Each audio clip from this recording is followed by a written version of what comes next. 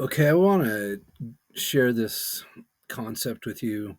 Something that I came across, you know, obviously in part of my journey, but something that had and still has quite a lasting impact on me. It's the four stages of spiritual growth. The first stage is everything happens to me. That's the victim consciousness. Everything is everybody else's fault. You blame everybody else. You blame circumstances. There's no ownership, no responsibility. You feel that your life is completely out of control, as well as, rooted in fear. Um, the second phase is everything happens by me. This is kind of what I call the wake and grind group. You you gain control, you give up blaming others, you start to take accountability and responsibility for your own outcomes, and within the spiritual community, you're beginning to take ownership of the spiritual tools.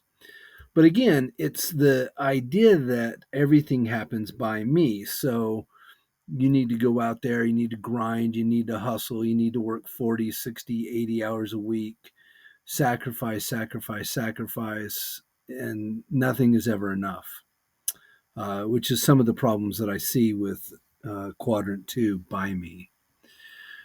With a little bit more maturity, a little bit more experience, we can begin to see that things happen through me. This is the beginning of a spiritual awakening. You're really beginning to exercise greater faith. You realize that control is just a myth anyway, so you give it up and you begin to become a channel. What does that mean, become a channel? Well, that means that spirit, source, God, whatever you want to call it, begins to work through you with others. And then finally, there's the last one. Everything happens as me. Again, that's when you realize that you are one with everything, one with God, one with others. There is no separation. Separation is just a man made construct, and it's not even a real construct. It's what we fool ourselves into believing. And love and peace and Zen is all that there is.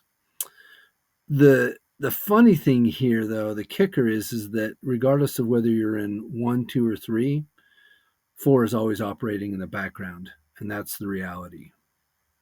Thanks, friends.